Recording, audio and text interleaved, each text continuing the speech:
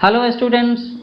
तो मैं उम्मीद करता हूं कि आप सब बच्चों का एग्ज़ाम ख़त्म हो गया होगा और अब आप लोगों के पास में थोड़ा 8-10 दिनों का समय है कि जब रिज़ल्ट आ जाए, नई किताबें आ जाएं और अगले क्लास की पढ़ाई शुरू हो। तो मैंने सोचा कि क्यों ना आप सब लोगों को इंटरटेन करने के लिए, कुछ सीख देने के लिए कहानियाँ सुनाऊँ। तो मैंने पंचतंत्र की कहानियाँ सुनाने का सोचा है। तो आप देखोगे कि छुट्टी के दिनों में तो मैं रोज़ एक कहानी पोस्ट किया करूँगा। बाकी आप फ्राइडे सैटरडे को मेरी कहानियाँ यूट्यूब पर ढूंढ सकते हो, हर फ्राइडे सैटरडे को। तो ये जो पहली स्टोरी है, ये है मित्र का बलिदान, सेक्रीफाइस ऑफ ए फ्रेंड। हाँ, दोस्ती होती है तो लोग एक दूसरे का भला करने के लिए कई बार कुछ छोटे मोटे सेक्रीफाइस तो करते ही हैं। तो कहानी शुरू होती है जंगल की। जंगल में एक शेर था। शेर क्या होता है भाई? तो वो जंगल का राजा होता है। तो उसके कुछ दोस्त बन गए थे और उसके दोस्त थे बाघ, कौवा और गीदड़। वैसे भी हम लोग जानते हैं कि भाई जो सबसे ज़्यादा शक्तिशाली होता है सभी उसका दोस्त बनना चाहते हैं। तो यहाँ पर बात ऐसी है भाई, शेर सबसे शक्तिशाली जानवर है जंगल का, तो इसीलिए उसके दोस्त हैं बाघ, कौवा और गीदड़, है ना। क्योंकि बाकी जानवर जो भी कमज़ोर हैं इनसे, वो सब शेर से दोस्ती करना चाहते थे। लेकिन ये जो शेर था वो बेचारा मन का बड़ा साफ था। आमतौर पर जो लोग शक्तिशाली होते हैं उनका मन साफ नहीं होता। वो थोड़े बेईमान हो सकते हैं, उनके अंदर में अहंकार हो सकता है, वो थोड़े से क्रूएल हो सकते हैं। लेकिन ये शेर बेचारा बड़ा साफ मन का था। उसे नहीं पता था कि इन लोगों की दोस्ती के पीछे उन सब लोगों का ना अपना अपना स्वार्थ भरा हुआ है। अब शेर तो शिकार करता ही है, वह जिधर भी निकल जाता तो डर के मारे सारे जानवर कांपने लगते थे। ऐसे जानवर के मित्रों को तो आनंद ही आनंद था कि खाने को रोज बढ़िया चीज़ें मिलती थी, रहने का कोई भय नहीं था। शेर की गुफा में कौन घुसने की हिम्मत करता? भाई शेर जिधर भी जाए तो शिकार करे, उसे जितना खाना हो वो खा लेता था और बाकी सारा उसके जो दोस्त बन गए थे ना, बाघ, कौवा और गीदड़, वो खाया करते थे। तो इन लोगों को खुद से ज़्यादा परिश्रम करने की ज़रूरत नहीं होती थी और ये शेर के साथ आराम से ज़िंदगी बिताते थे, उसकी गुफा में भी रहते थे, एकदम निर्भय निर्भीक होकर के, निडर होकर के। भला शेर की गुफा में घुसने की हिम्मत कौन करेगा? एक बार की बात है कि वो तीनों अपने मित्र शेर के साथ पहाड़ी पर बैठे हुए थे। तभी उन्होंने दूर से एक ऊंट को अपनी ओर आते हुए देखा। तो अब देखो ये जानवर क्या बातें करते हैं। कौवा झट से बोला कि महाराज महाराज, ये ऊंट तो मैदानी जानवर है, इसका मांस बड़ा टेस्टी होता है, क्यों ना आप इसे मार डालें और हम सब बड़े मज़े से खाएंगे। कौवे ने कहा शेर से। अब शेर ने कहा कि भाई मैं अपने घर आए हुए मेहमान को नहीं मारता। हाँ, वो अगर मैदान का जानवर है और हमारे जंगल में आया है, सो ही इज आवर गेस्ट। तो शेर ने ऐसा उत्तर दिया। फिर उसने कहा कि ये मत भूलो कि यदि डरा हुआ कोई शत्रु भी अपने पास आ जाए तो उसे जो भी मारता है उस पर ब्राह्मण की एक हत्या का पाप लगता है, पाप, सिन। इसलिए तुम तीनों जाकर के उसका स्वागत करते हुए उसे मेरे पास लेकर आओ, वो हम सब लोगों का मेहमान है। तो इतना अच्छा स्वभाव था शेर का, है ना। तो शेर की आज्ञा का पालन ना करना तो उन सब के बस का था नहीं। शेर की आज्ञा का पालन करना तो उनका कर्तव्य था, ड्यूटी थी। जो शेर ने कहा वो उसके दोस्तों ने माना। वो तीनों वहां से उठकर गए और ऊंट को बड़े सम्मान के साथ अपने साथ लेकर के आए।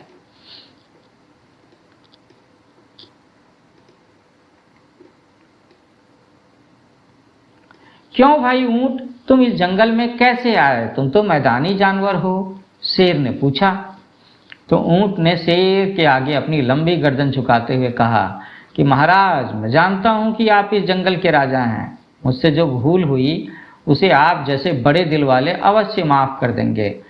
एक्चुअली में मैं अपने साथियों से बिछड़ करके, है ना, और अपना रास्ता भटक करके इधर आ गया हूँ। अब तो आपकी शरण में हूँ, चाहो तो मार डालो, खा जाओ, या चाहे तो आप मुझे रख सकते हैं? नहीं भैया ऊंट, हम तुम्हें नहीं मारेंगे। आज से तुम चाहो तो हमारे साथ रह सकते हो। आज से तुम हमारे मेहमान हो, शाही मेहमान, रॉयल गेस्ट। हम तुम्हारी सेवा करेंगे, ऐसा कहा शेर ने। अब ऊंट बेचारा खुश हो गया, उसे तो इस तरह के व्यवहार की अपेक्षा नहीं थी। हाँ, उसे तो अपनी जान के लाले पड़े होंगे ना। तो वो कहता है खुश होकर के कि धन्यवाद महाराज, थैंक यू वेरी मच। जंगल के राजा का दोस्त और मेहमान बनकर रहना, यह तो उसके लिए बड़े ही गर्व की बात थी। अब शेर के कुल कितने दोस्त हो गए? बाघ, कौवा, गीदड़ और ऊंट, तो 4 दोस्त हो गए। एक बार शेर का जंगली हाथी से युद्ध हो गया। अब भाई हाथी धीरे धीरे चलता है, लेकिन है तो वो विशाल जानवर, है ना, उसके पास भी तो ताकत होती ही है। और ये शेर एक जंगली हाथी से कभी भिड़ गया, दोनों की अच्छी खासी लड़ाई हो गई, जिसमें शेर काफ़ी बुरी तरह से जख्मी हो गया, वाउंडेड हो गया। उसमें इतनी भी हिम्मत ना रही कि वो अपनी गुफा से बाहर निकल सके, और अगर वह गुफा से बाहर ना निकले तो वो शिकार कैसे करता, खाना कैसे खाता, और अगर वो शिकार नहीं करता तो उसके जो दोस्त वगैरह थे, जो उसके शिकार पर ही पलते थे, उनका क्या हो। तो देखो, अब शेर जख्मी हो गया तो खाने को कौन लाए, खाने का सामान। यह तीनों तो शेर के सिर पर ही पलते थे। कौन 3? कौवा, गीदड़ और बाघ। 2 दिनों के पश्चात ये हाल हो गया कि शेर को मजबूर होकर के उन सबके सामने में गिड़गिड़ा करके, है ना, रिक्वेस्ट करके कहना पड़ा कि भैया अब तो मैं भी भूखा मर रहा हूँ, मेरे लिए कुछ खाने को लाओ। एक तो भाई मेरा घाव हो गया है, मैं अपने जख्मों से पीड़ित हूँ, दूसरा भूख से। क्या तुम लोग मेरे लिए खाने का भी प्रबंध नहीं कर सकते? अब शेर की ये बात सुनकर के कौवा, गीदड़, बाघ इधर उधर देखने लगे। उन सबको तो आलस की बीमारी लगी हुई थी ना, और शेर के शिकार में से बचा खुचा वो खाते थे, कुछ काम तो कभी करते नहीं थे। अब उनकी समझ में नहीं आ रहा था कि वो करें तो क्या करें। शेर के बिना वह किसका शिकार कर सकते थे। थोड़ा सा कॉन्फिडेंस की भी कमी रही होगी। अब वो तीनों जंगल में गए, मगर उन्होंने अपने जीवन में कभी कोई कीड़ा भी नहीं मारा था। हंटिंग की, शिकार करने की प्रैक्टिस ही नहीं थी। वो तो बस शेर शिकार करके लाता था और वे खा लेते थे, और अब तो बेचारा शेर भी भूखा बैठा था। तो गीदड़ ने कौवे से कहा कि भैया मेरे विचार से इस संकट की घड़ी में इस ऊंट को ही हमें अपने राजा का शिकार बना देना चाहिए, ऐसा कहा गीदड़ ने। आखिर ये इतने दिनों से मुफ्त का खाना खा खा करके ही तो पल रहा है, फिर कौन सी यह बात, कौन सा ये अपनी जात का है, अपनी बिरादरी का है और अपने जंगल का है।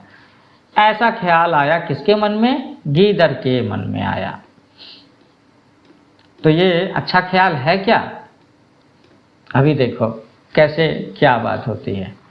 तो ये बात कहते ही गीदड़ अंदर शेर के पास गया और जाते ही सिर झुका करके बोला कि महाराज हमने तो सारा जंगल छान मारा और हमें कहीं कोई शिकार नहीं मिला।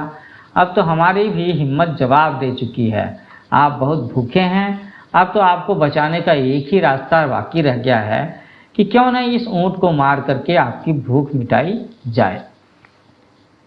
गीदड़ की ये बात सुनकर के शेर को बहुत क्रोध आया। उसने उसे डांटते हुए कहा कि ये कैसे हो सकता है, ऊंट हमारा मेहमान है। यदि तुमने दोबारा ये बात कही तो मुझसे बुरा कोई ना होगा। गोदान, गाय का दान, पृथ्वी का दान मतलब जमीन का दान, और अन्न दान से भी बढ़ के बड़ा दान कुछ है तो वो है अभय दान, किसी को उसकी जान की सलामती बख्श देना, है ना।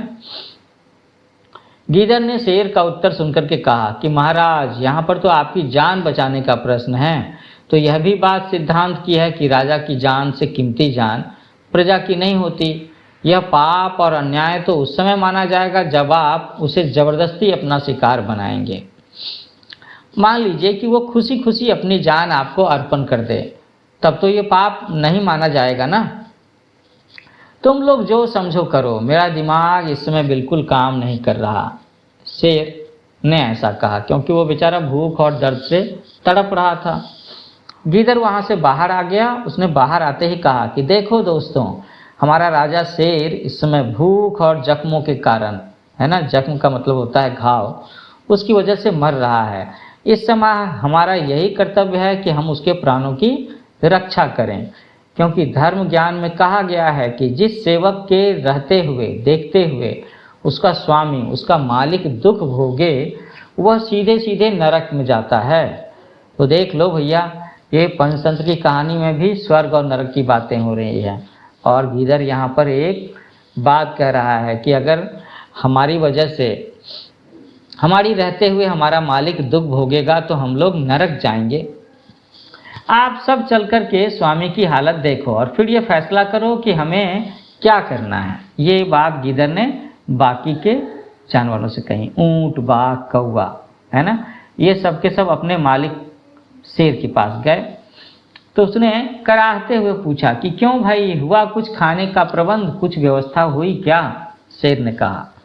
तो कौवा बोला कि मालिक, हम तो थक गए, हार गए, कहीं पर हमें कुछ भी नहीं मिला, इसलिए आप मुझे खा करके अपना पेट भर लें। हाँ, शेर इतना बड़ा और कौवा इतना छोटा। उसने आगे कहा कि मैं स्वयं मर सकता हूँ, लेकिन आपको भूख से तड़पते हुए नहीं देख सकता। कौवे की बात सुनते ही गीदड़ झट से बोला कि अरे भाई, तुम तो छोटे से हो, वैसे ही इतने छोटे हो, तुम्हें खा करके मालिक का पेट क्या भरेगा, इसलिए मैं मालिक से कहता हूँ कि मालिक आप मुझे खा लो।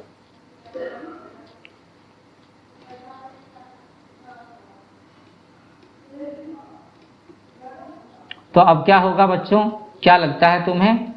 गीदड़ के बाद बाघ बोलता है कि अरे, तुम दोनों को मरने की जरूरत नहीं, मुझे अपना फर्ज पूरा करने दो। जब अपना राजा भूखा है तो ये बात मैं कैसे सहन कर सकता हूँ? मैं अपने स्वामी का नमक खाया है, इसलिए पहले मैं ही उनकी भूख मिटाऊंगा।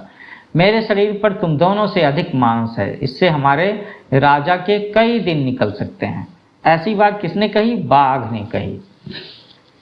अब ऊंट तो बेचारा सीधा साधा जानवर था, उसे क्या पता था कि ये इन सब तीनों की मिली भगत है, कि ये गीदड़, कौवा और बाघ मिले हुए हैं और मुझे अपने जाल में फंसा रहे हैं।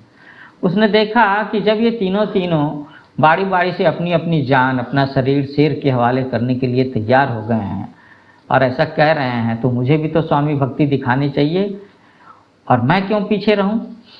तो ऊंट ने उन तीनों की शैतानी आंखों में झांक करके नहीं देखा और जोश में आकर के अपने होश खो बैठा और बोला कि ये बात बिल्कुल ही भूल गया वो कि मैं तो केवल शेर का एक मेहमान हूँ, मित्र हूँ। मेहमान तो कभी भी ऐसा त्याग नहीं करते, जबकि 3 मित्र उसके यहाँ बैठे हुए हैं। उन तीनों की शैतानी आंखें ऊंट पर ही गड़ी हुई थी। वे सोच रहे थे कि ऊंट उनके जाल में फंसे और वे उसकी बोटियां नोच नोच करके खा जाएं। वैसे भी शाकाहारी मांस बड़ा स्वादिष्ट होता है। शाकाहारी मांस का मतलब है कि उस जानवर का मांस खाना जो शाकाहारी चीजें खाता हो।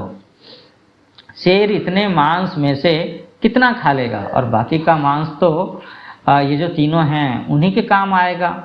ऊंट ने अपनी चुप्पी तोड़ते हुए कहा, इस समय तुम ही केवल दुखी नहीं हो, तुम सबसे अधिक दुखी तो मैं हूँ, तुमसे भी ज़्यादा दुखी।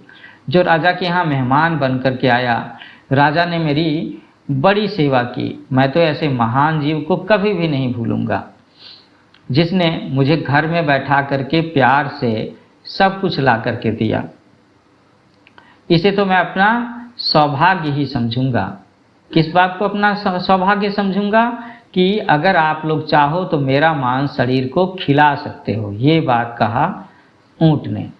उसने आगे कहा कि मेरा जीवन किसी भले दोस्त के काम आया, ये मेरे लिए कितने सौभाग्य की, पुण्य की बात होगी। तो कहता है आगे ऊंट कि मौत तो कभी नहीं रुकती, ये तो अटल है, फिर क्यों न इस जीवन को अपने एक मित्र के ऊपर में कुर्बान कर दिया जाए। ऐसा कहा ऊंट ने।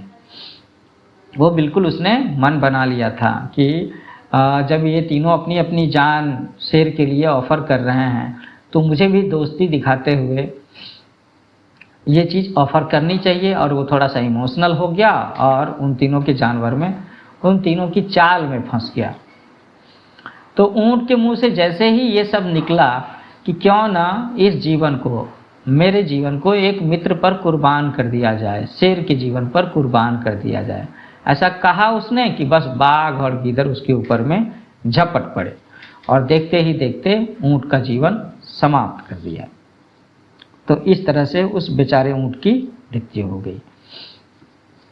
तो कहानी से तो ये पता चलता है कि भाई किस तरीके से एक दोस्त ने, है ना, ऊँट इन सबका दोस्त ही तो बन गया था और उसने सच्चाई के धर्म को निभाया।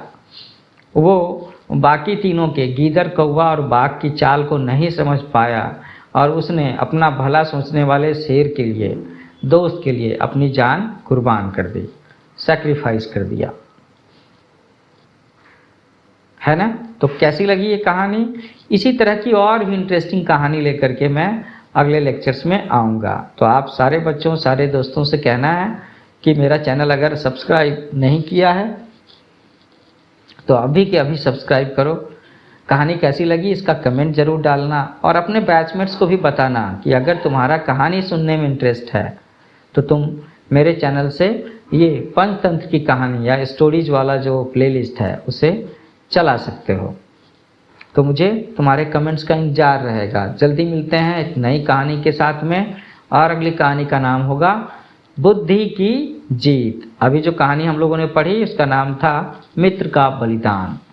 तो happy learning with new age coaching.